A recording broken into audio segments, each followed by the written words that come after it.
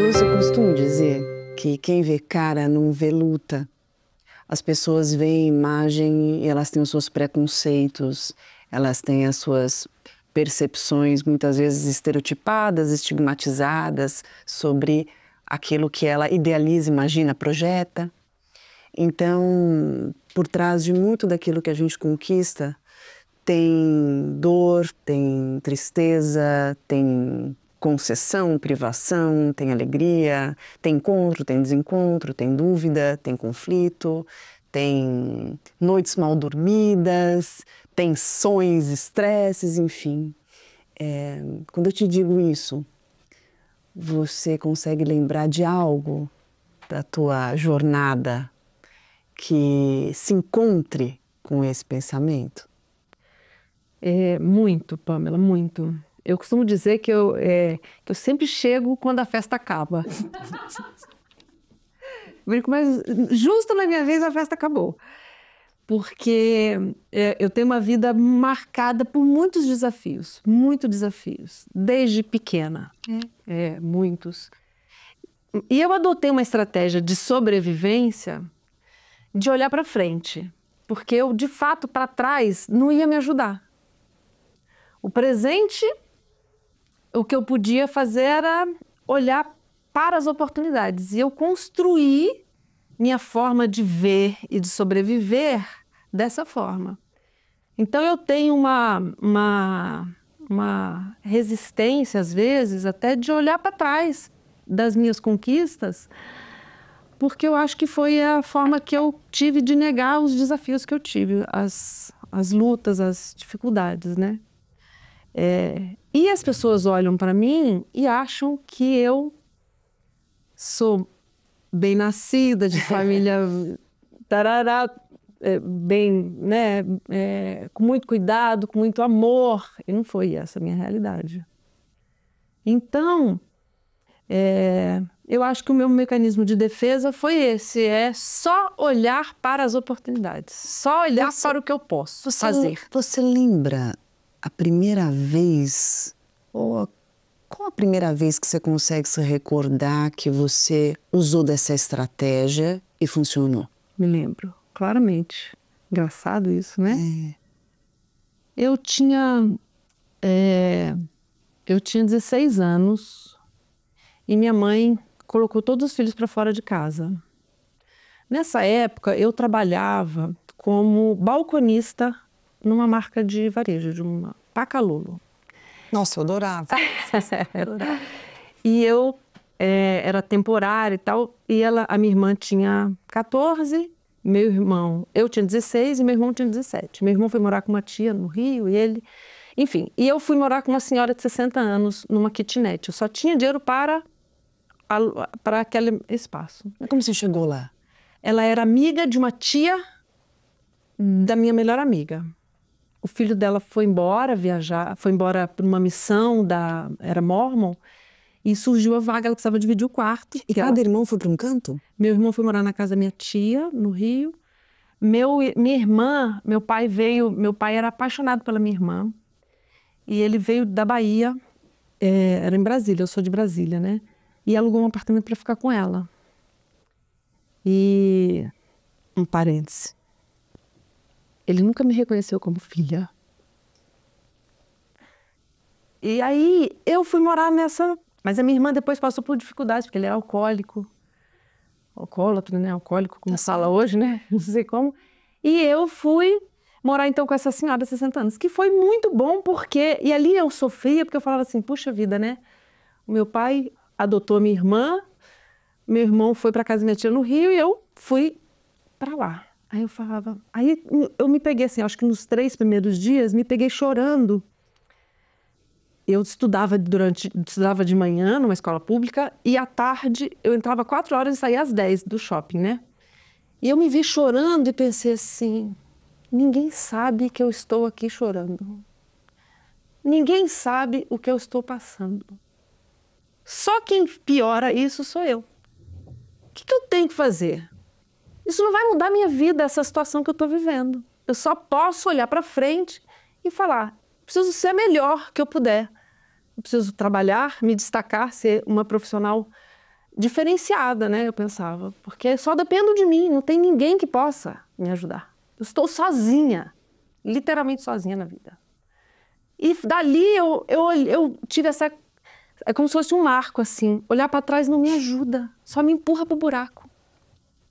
Eu preciso ser uma pessoa, manter a minha alegria, que é uma coisa que me conecta com pessoas boas. Entendeu?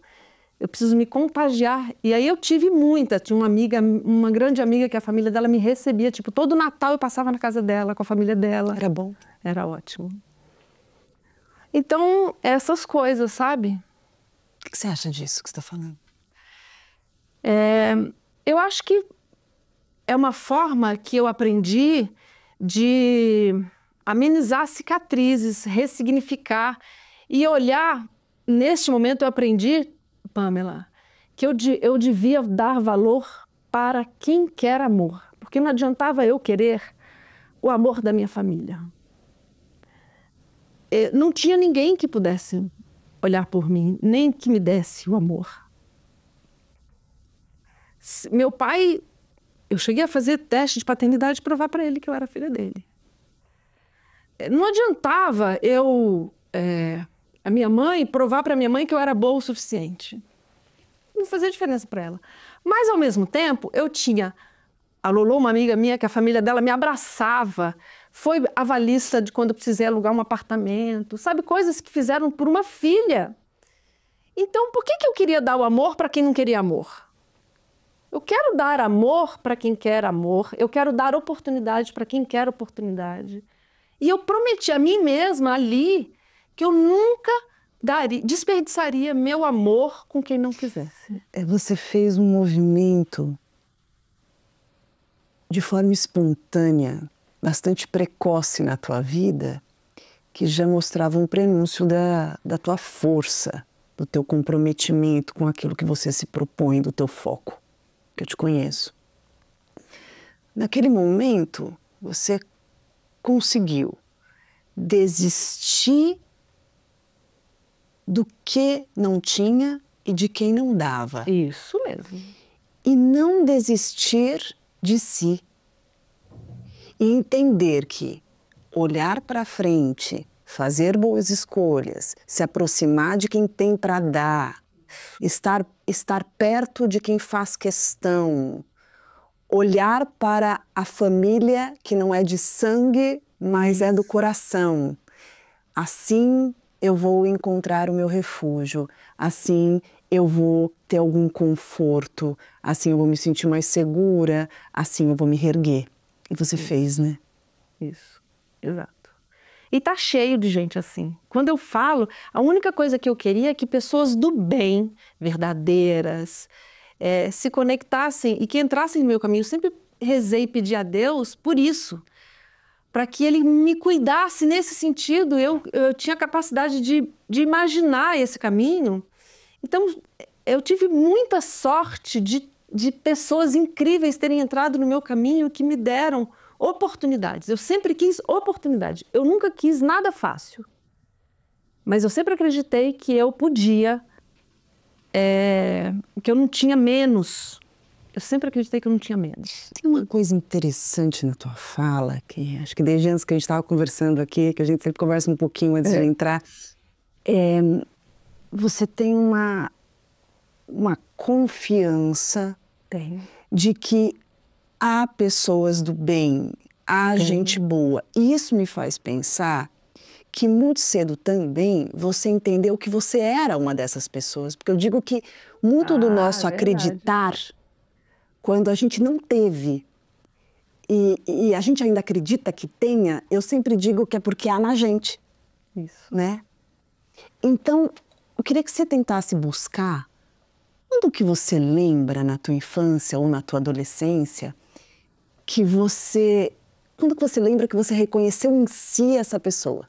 Em si. Essa pessoa confiável, essa pessoa boa, essa pessoa que ajuda, essa pessoa que se predispõe. Você lembra de situações que você percebia nas entrelinhas? Coisas que a gente não fala, mas que a gente sente, a gente fala, pô, dá para contar comigo. Bom, desde muito pequena, a minha avó sempre falava para mim, eu adorava a minha avó, ela sempre falava para mim que eu estava sempre pronta para ajudar. Sempre eu queria fazer, eu sempre queria, podiam contar comigo. Mas essas coisas eu acho que a gente se recorda muito mais do feedback das pessoas do que propriamente da gente, porque a gente faz de forma tão intuitiva que a gente não se dá conta. Mas teve um fato que uma tia minha, que não é viva também, falou para mim. Uma vez eu estava no ponto de ônibus esperando o ônibus e tinha uma pessoa, um senhor lá. Ele começou a me contar a história dele. Fim das contas, eu levei ele para casa. O senhor? Sim. Eu tinha 14 anos. Olha.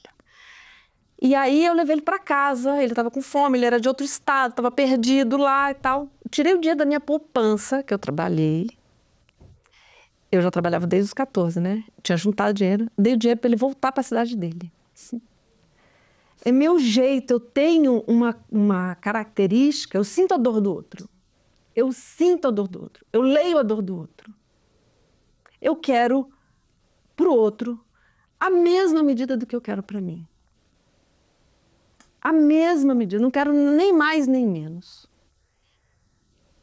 Eu acho que o mundo seria tão melhor se a gente pudesse olhar para o outro, quisesse, a régua fosse o nosso desejo, sabe? O que é bom para mim. Eu acho que a vida seria muito mais fácil, muito mais fácil. E a gente tem uma tendência, né, Pamela? Quando você me fala de que eu enxergo no outro o bem, a gente tem uma tendência, e a gente tem que lutar contra isso, a de guardar só o que marca a gente é o lado ruim, né? Mas eu tento grudar só nas coisas boas dos outros. O que é ruim eu não quero, não quero. Como que você foi aprendendo no decorrer da tua vida, tendo tido uma infância tão dolorosa? E acho que mesmo que você tenha conseguido se reerguer e tocar, isso não diminui o trauma. Não. Isso faz com que você supere. E você... Aprenda a viver e conviver. Isso, mas trauma, a gente tem que reconhecer que o desamor, um pai que não assume, a rejeição, a ferida da rejeição, do abandono, são feridas. O reconhecer de feridas não quer dizer que sejamos fadados e paralisados nelas. Mas o reconhecer das feridas é respeitar marcos da nossa história, para que nós saibamos lugares que são dolorosos e cicatrizes que tenhamos ali. Às vezes, às vezes feridas que não se tornaram cicatrizes, às vezes feridas que já são cicatrizes e assim seguimos. Como que você passou a lidar com as presenças, influências e encontros negativos na tua jornada? Como que tudo isso, considerando os traumas, te fez continuar andando e lidar com essa realidade, que é uma realidade, que a gente vai encontrar pessoas do bem e pessoas que não querem o nosso bem. Não preciso nem dizer que não sejam do bem, mas tem gente que não quer o nosso bem. E como você lidou com isso, considerando o teu legado? Eu acho, Pamela, que a primeira coisa que a gente tem que fazer, né, é entender que essas situações acontecem para nos direcionar para o caminho do bem. Então, se essas situações não ocorressem, talvez a gente nem soubesse o caminho a seguir. Eu sempre falo que quando a gente... todas as situações ruins é uma grande oportunidade da gente olhar para dentro e descobrir o que a gente é. O que a gente gosta e para onde a gente quer ir. É como se fossem provações a todo momento que vem na nossa vida. Você me lembrou uma frase que eu adoro do Mandela, que ele fala assim: eu nunca perco. Ou eu ganho, isso mesmo. Ou eu aprendo. É isso mesmo. Né? É isso mesmo. E tornar as situações mais dolorosas, difíceis da vida, aprendizados que nos façam reconhecer recursos emocionais que serão úteis adiante, acho que é um mecanismo, uma forma sábia de lidar com as adversidades da vida, que são muitas. Muitas. Então, eu acho que assim, a vida te dá grandes oportunidades de você ir se lapidando e provando quem você é. E provando o que você quer experimentar dessa vida, das relações, das experiências. As experiências, eu só acho que eu sou forte por causa disso. Por tudo que eu passei, eu pude provar que eu sou forte. Mas o pediatra dos meus filhos falava assim, cuidado, o seu túnel tinha luz. Pode ser que o dos seus filhos não tenha. Então, não cobra demais, né? Porque eu sou muito... Fala dessa luz. Fala dessa luz para mim, do teu túnel. Gostei. Eu sempre acho que... eu falo... Primeiro que eu percebo que quando eu sou desafiada, eu sou muito melhor. Eu encontro mais soluções, eu encontro mais saídas, porque eu vejo oportunidade. É como se eu fosse... O Papai do Céu me treinou a olhar para as oportunidades. Esquece os desafios, porque a gente se prende, a gente se agarra nos desafios, nas dificuldades, e a gente dá as costas para as oportunidades, porque todas essas dificuldades te abrem caminho para o que você deseja. Se você estiver atento, estiver aberto, você vai olhar para essa luz e vai falar, mas não é disso que eu gosto, não é isso que eu quero, não é isso. Mas o que eu quero então? Eu quero isso. Então é mais fácil, eu acho, essas situações desafiadoras te exigem olhar para dentro de si e entender onde é que você quer chegar, o que você quer da vida. Você falou sobre, no decorrer da nossa vida, nós termos algumas vozes que falam sobre nós, e você destacou a avó, né? Todos nós temos vozes que falam na nossa história, todos nós, sem exceção. Tem vozes que estimulam, reforçam, validam. Tem vozes que censuram, reprimem, agridem, violentam. Tem vozes que nos descaracterizam. Tem vozes que mentem sobre nós. E tem vozes que nos ajudam a enxergar quem somos. Um dos maiores desafios da nossa vida é nós nos encontrarmos nessas vozes e entendermos quais são aquelas que nós podemos acreditar, ouvir mais alto, e as que nós precisamos silenciar, a que nós precisamos nos afastar até um lugar que nós não as ouça, para que então nós possamos escutar o que ecoa de verdade dentro de nós. Você lembra quais foram as vozes que você adotou para ouvir e as que você continua escutando e muitas vezes você busca em momentos oportunos da sua vida? Olha, Pamela, eu sempre tive, quando eu falo que eu não acredito que eu sou menos, eu não acredito que eu sou menos, mas eu sempre tive menos. Então, eu comprei meu apartamento com 18 anos. Uau! Eu dei entrada no meu primeiro apartamento com 18 anos. Quitei com 23. Né? Que legal! E fui entrar na faculdade depois dos 23. Então, eu tinha um grandíssimo complexo de não ter a faculdade. Então, eu sempre... mas eu prometia para mim que eu ia lutar por todas essas coisas que me tirassem essa autoconfiança, né? Porque quando você acha que você tem menos, você se acha merecedora de menos. Que eu acho que são coisas distintas. Mas me parece que você nunca teve isso. Me parece que você, desde sempre, mesmo tendo menos, conforme você me conta a história, ainda havia em você uma busca do mais. Claro. É tipo assim, eu sei dessa minha realidade, mas eu vou buscar aqui.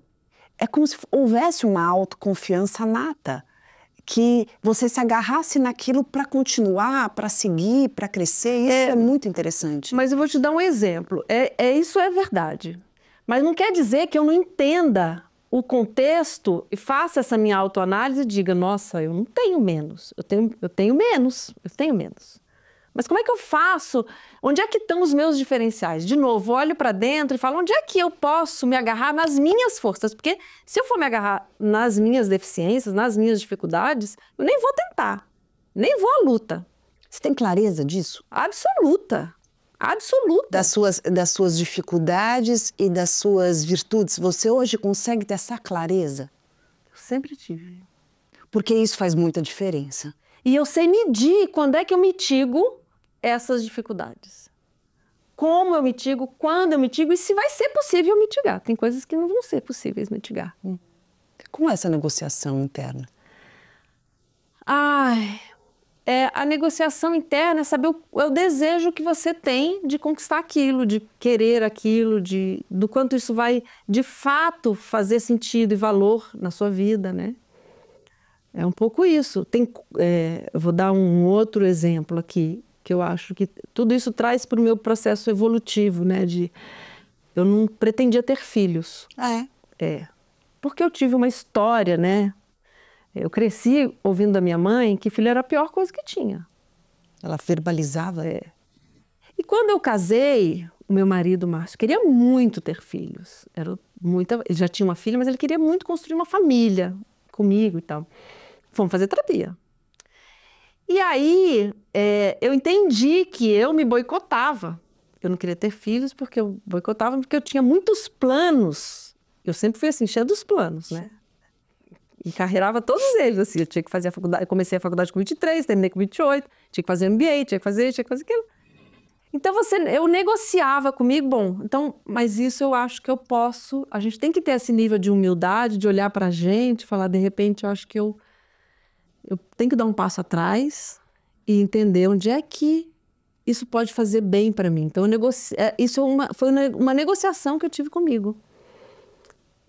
A maternidade podia atrasar um pouco meus planos profissionais, mas ela ia me curar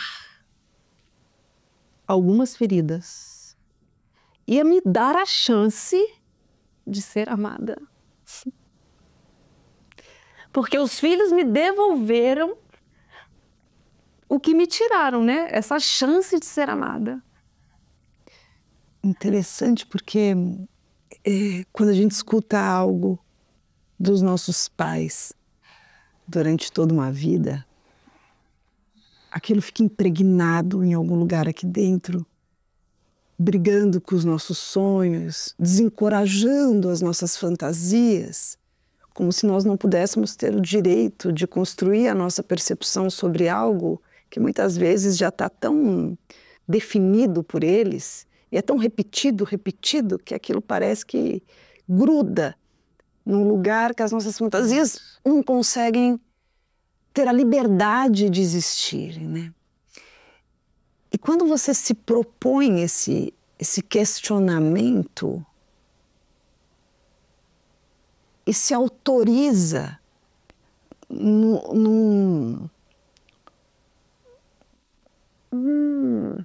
escuro, né? Porque escutou a vida inteira que não era bom, escutou a vida inteira que não era algo positivo. Então, muito embora houvesse um questionamento, tem os medos também, e se for isso mesmo, né? Porque os pais, sendo a nossa relação boa ou não com eles, eles têm uma força e uma predominância naquilo que eles falam para nós gigante. Então, que coragem, né? De enfrentar o conhecido, que nem sempre é bom, para se permitir um desconhecido que pode ser melhor ou não. E reconhecer que, ao viver isso, posso me curar, posso ressignificar o amor. Posso aprender, né? Aprender. E como foi a experiência? Foi mágica, né? Eu acho que, eu falo que a maternidade é uma coisa muito divina, né? Nós somos muito especiais por sermos mães. É um milagre que acontece dentro da gente, né? Pamela, quando a gente vê um filho, o filho mostra pra gente quem a gente é também, né? Com certeza. Erros e acertos, né? Opa! Então, quando os nossos filhos... primeiro, eu acho que a grande oportunidade que eu nunca imaginei que fosse acontecer era entender esse amor. Era receber esse amor e ter a oportunidade de dar esse amor. O que você sentia no começo? No começo, Pamela, foi muito difícil, porque como eu era uma pessoa que tinha o lado profissional muito forte, eu trabalhava numa multinacional nessa época. E era o que te dava segurança, né? Era. E depender só de mim, né? Claro. Eu me lembro que a maternidade foi o primeiro sentimento que eu tive quando eu fiquei grávida. Eu queria, mas quando eu fiquei grávida, eu chorei 3 meses. Não tem volta. É a única coisa que você fala assim, não tem volta mais. E agora, né? E eu tinha muito medo disso. Então, eu acho que a Qual primeira... você acha que era o medo?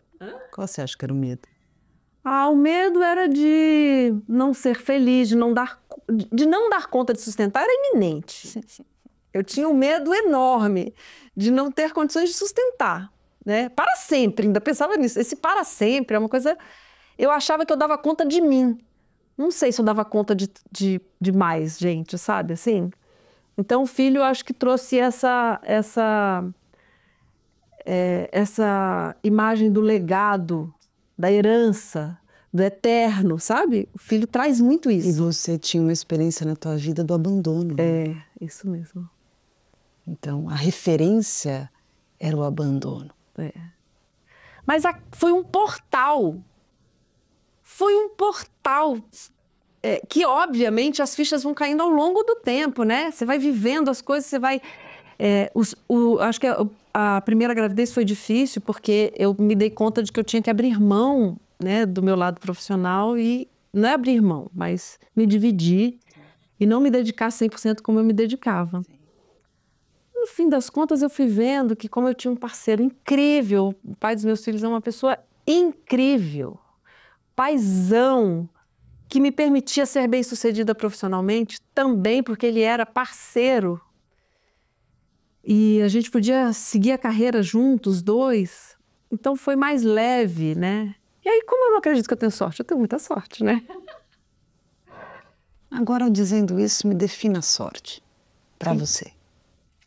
Sorte é ter a clareza de enxergar os momentos certos, as pessoas certas, os bons momentos, porque nem sempre a gente tem clareza de enxergar isso. Muitas vezes a gente enxerga depois que as situações passaram e aí não tem mais jeito. Então, essa clareza de olhar, brilhar e falar assim, é agora. Sabe aquela coisa de você encontra pessoas e fala, que se arrepia e fala, que sorte eu tive de encontrar essa pessoa, do meu caminho ter cruzado essa pessoa?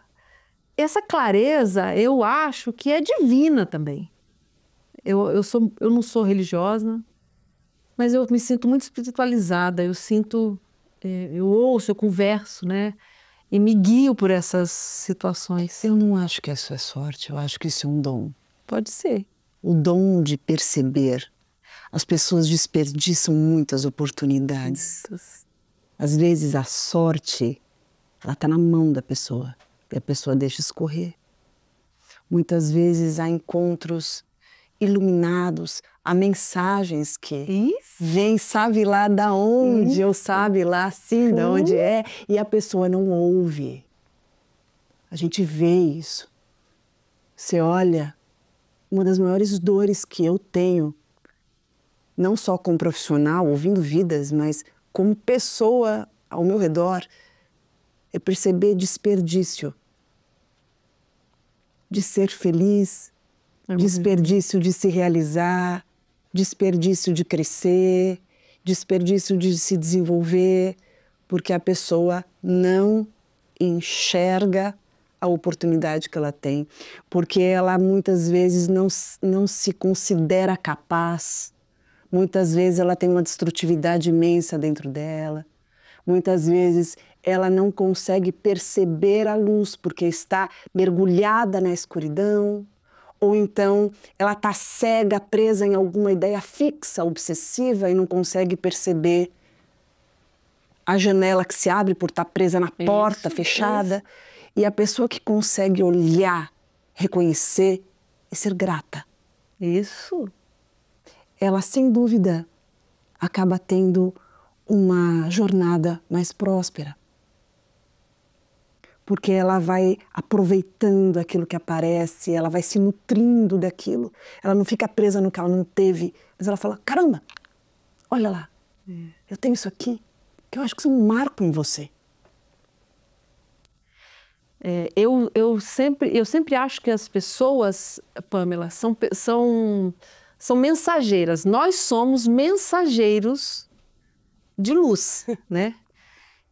Nunca acho que é à toa que as pessoas entram no nosso caminho. Mas a gente precisa ter essa clareza para fazer as escolhas, para abrir mão das pessoas que não fazem bem pra gente.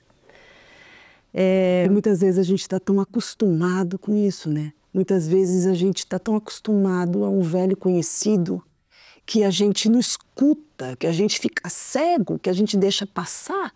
E aí eu costumo dizer que, às vezes eu falo isso, as pessoas ficam bravas comigo, mas eu tenho uma fé e uma espiritualidade muito grande.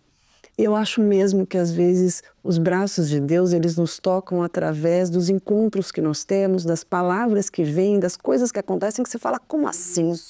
E essa atenção a isso e o abraçar disso faz toda a diferença. E é tão interessante porque em muitos momentos eu vejo que é como se esse braço de Deus, através de uma ação de alguém, dissesse para nós, sai daí, vem cá, permita-se. Olha só, é um caminho que se abre. E aí você vê a pessoa presa, parada, negando, se sabotando, procrastinando ou fugindo. E é um tiro no pé, né? E é uma puxada de tapete tão grande que as pessoas fazem com tanta frequência. E essa mesma pessoa, logo mais, ela diz assim, eu fui esquecido, Deus não olha para mim, nada dá certo na minha vida, nada de bom me acontece. Essa vitimização, essa revolta, essa cegueira, ela contrasta com outro posicionamento, que é o posicionamento da perseverança, do ainda que caia 10 vezes, levanta 11, ainda que pareça que tudo foi perdido, calma. Isso aqui está acontecendo para desenvolver em mim alguma coisa. Você sabe que nos momentos mais difíceis da minha vida, mais difíceis, que obviamente me revoltei, obviamente chorei, gritei, fiquei brava.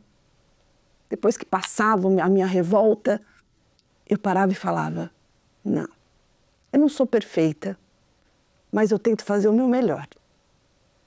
Eu tento e faço o possível para ajudar as pessoas, para não pisar na cabeça dos outros, para considerar o todo, ajudo todos que eu acredito que eu possa e que eu entenda que faz sentido. Isso que está acontecendo na minha vida não é para o meu mal. Eu vou aprender com isso, eu vou me tornar mais forte, eu vou me tornar uma pessoa melhor. E assim tem sido a forma de enxergar as adversidades. E quando eu olho para você, eu vejo semelhança nisso. Nessa maneira de... Aquela frase eu gosto muito, né? De ao invés de nos paralisarmos com as pedras do nosso caminho, a gente pega e faz o nosso castelo. Totalmente, eu sou totalmente dessa. Eu acho que eu tenho uma característica, Pamela, enquanto você falava, assim, eu vim do imperfeito, né? Eu vim do imperfeito, de uma situação financeira escassa, de um amor, de família, desestrutura familiar, falta de amor, de um ambiente imperfeito, eu quero dizer, né? De uma estrutura imperfeita. E eu acho que isso me fez ter uma capacidade de aceitar o outro, as imperfeições dos outros também. Achar muito normal, eu sempre brinco, o perfeito nasceu tarde. Então eu vou fazer com o que eu tenho, da forma que eu tenho, como eu tenho, e vai ser o melhor que eu posso fazer. Eu não tenho essa régua de dizer assim, eu sou melhor, mas eu estou preparada para o melhor. Ah, mas preparada eu estou. Então eu acho que e achar que as dificuldades é que me constroem, é que fazem com que eu seja cada vez mais forte. Quando foi que você decidiu assumir o seu cabelo? com 40 anos. Quando eu já sempre gostei, eu olhava aquelas senhorinhas com cabelo claro de neve e falava, quando eu ficar velha eu quero ficar igualzinha. Eu falava, foi muito engraçado. Achava lindo. E aí, quando eu fiz 40 anos, eu trabalhava na indústria de beleza.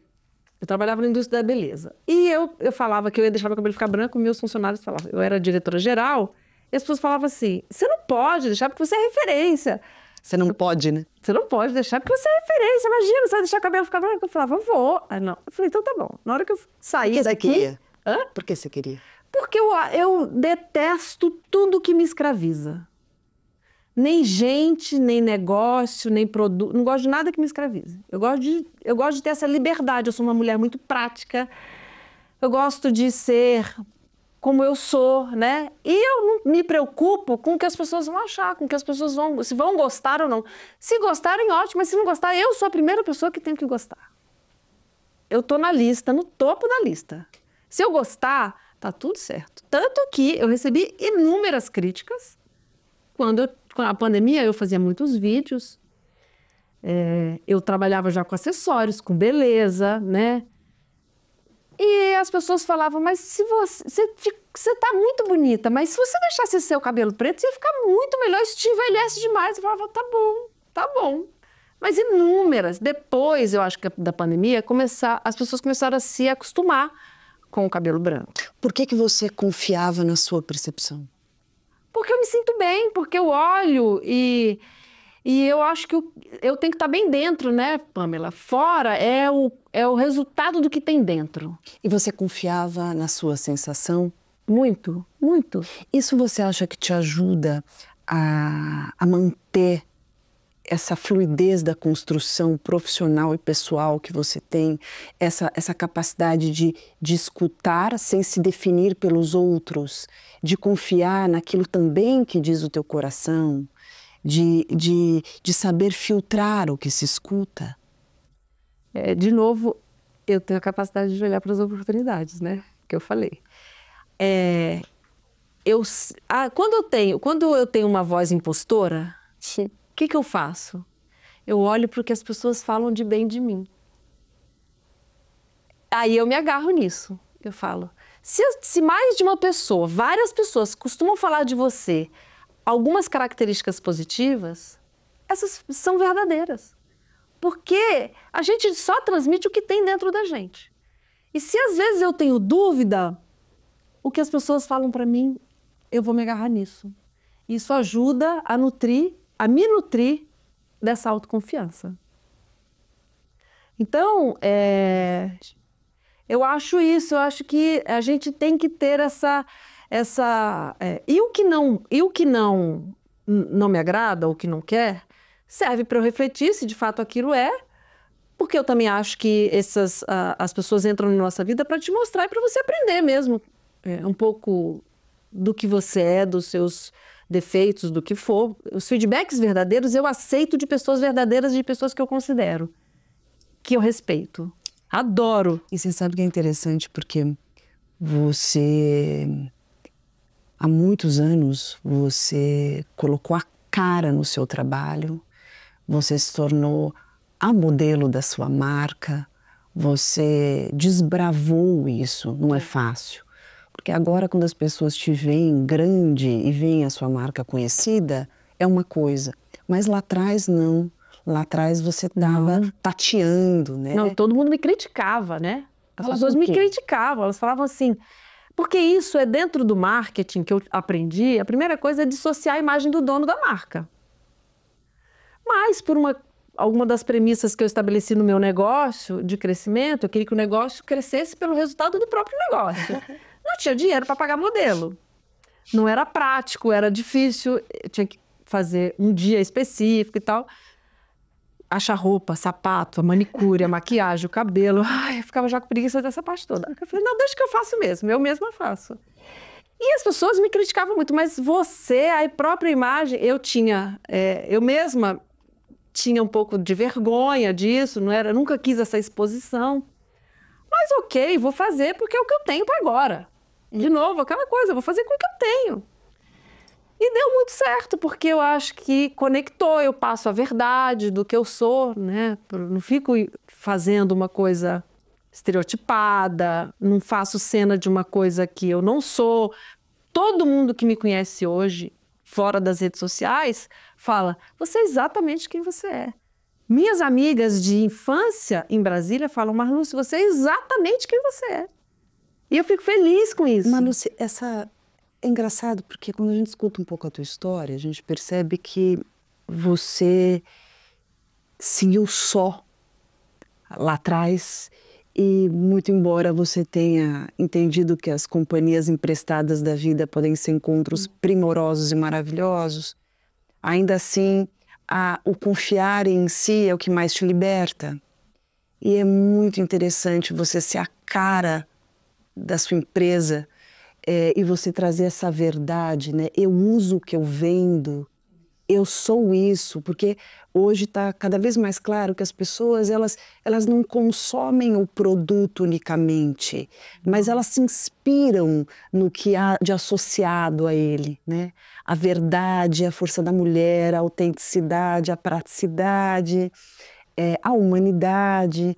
Então, isso casa muito com uma carência do mundo, né? Essa transparência do mundo. Eu perguntei do cabelo porque o cabelo tem um sinônimo para mim, uma correlação muito forte com força, né? A força, a autenticidade, a verdade. Não tenho dúvida. A coragem de se assumir, a né? coragem de se assumir.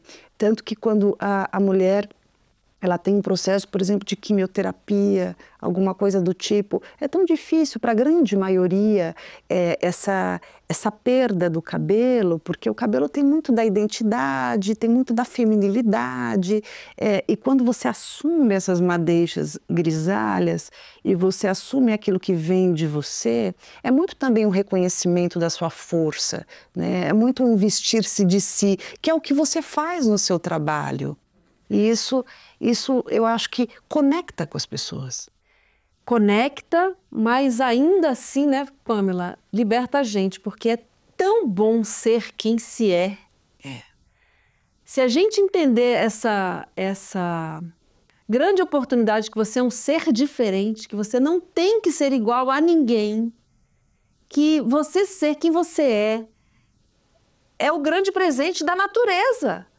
Cada um nasce com um dom, cada um nasce com uma identidade, com uma singularidade, que se você parar de olhar pro redor, se parar de ouvir, se você conseguir parar de ouvir o barulho externo, você vai ouvir quem você é, você vai se alegrar com quem você vai assumir quem você é e você vai ficar em paz. Porque esse barulho externo, Pamela, que a gente sofre, inclusive quem está na rede social, né? A gente olha, tem sempre gente melhor do que a gente fazendo, né? Sempre melhor. A gente, né? Se a gente não parar de olhar e criar essas referências externas, a referência for você, for a sua régua interna, e você conseguir se alegrar com quem você é, a liberdade, a paz, não tem preço, não tem preço. Eu costumo dizer que quando a gente olha para aquilo que nós somos, quando a gente acessa a nossa verdade, quando a gente escuta o nosso coração, quando a gente se familiariza com a nossa essência, é quando a gente entende que há pessoas melhores que nós, há pessoas que estão, talvez, não sejam piores, mas estejam numa luta ainda imatura, mas igual a nós, não há ninguém. Não tem ninguém. Quando nós compreendemos a nossa singularidade, abraçando a nossa história, entendendo o nosso legado, reconhecendo sim as nossas feridas e as nossas cicatrizes, exaltando as nossas superações, percebendo que não precisamos ser perfeitos para que então consigamos um lugar ao sol, a gente se apropria, abraça o que é e então percebe que podemos ser sim amados pelo que somos, com as nossas limitações, com as nossas virtudes E ao conseguir ser o que somos, sem tentarmos ser cópia de nada, é quando nós conseguimos construir vínculos mais sinceros, amizades verdadeiras, parcerias legítimas. E conseguimos dar amor e receber amor na legitimidade do elo. Do que a gente merece, né? Eu vou deixar uma mensagem para você.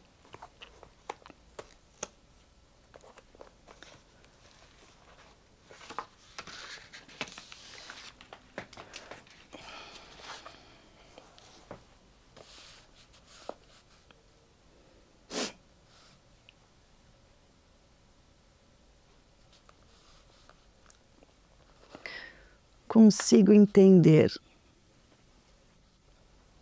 de onde você veio e a razão de ter vindo de lá. Sua essência não se perderia do próprio caminho onde quer que estivesse.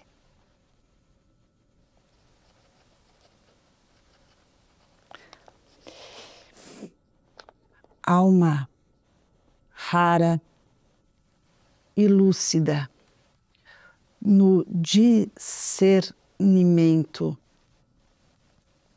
do que realmente importa, apoiada na sabedoria de se fazer resiliente e melhor,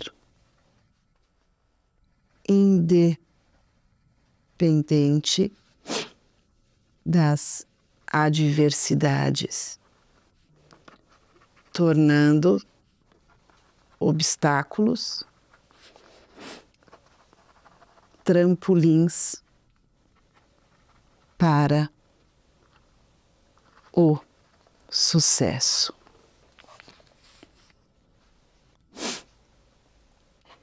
Ressignificar,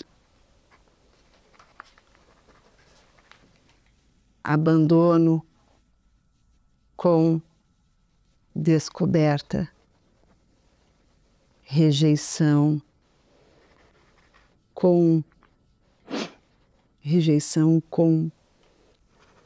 multiplicação de encontros valiosos não é para qualquer um, mas é para a Marluce.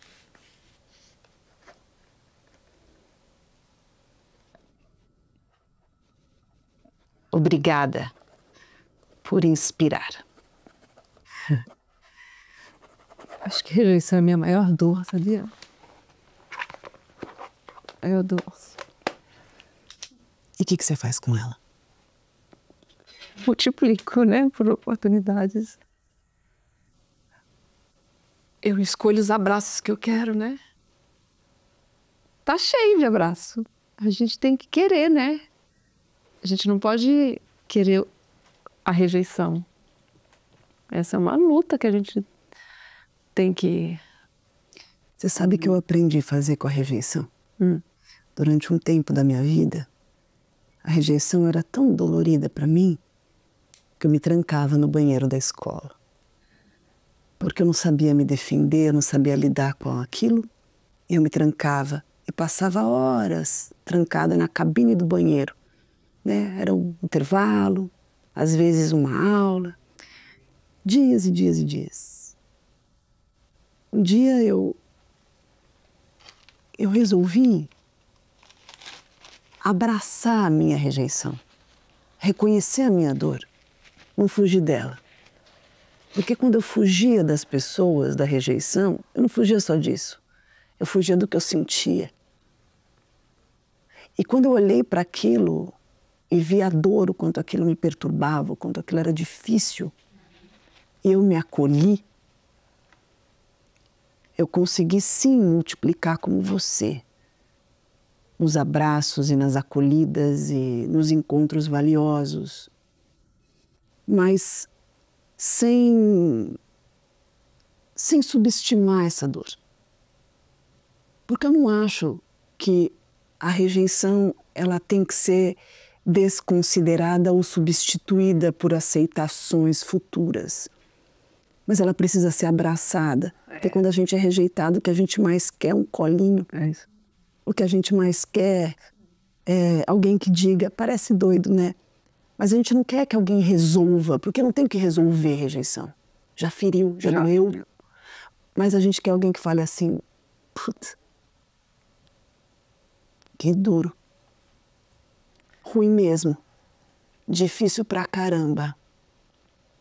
É como se a gente quisesse a validação de como aquilo foi doloroso e simplesmente um colinho. Simplesmente um apoio, um ombro, um suporte. Porque aquilo que já foi, não tem como mudar. E às vezes esse colinho não vem. E a gente tem que dar a gente mesmo. A gente tem que dar esse amparo, esse carinho, essa acolhida. Seja a hora que for. Seja a hora que for. Porque tem hora que esse passado volta, né? Tem hora que Elas nunca vão embora. Não. Nunca vão embora. E que bom que a gente pode sempre dar o colinho, né? Nos vemos na próxima sessão.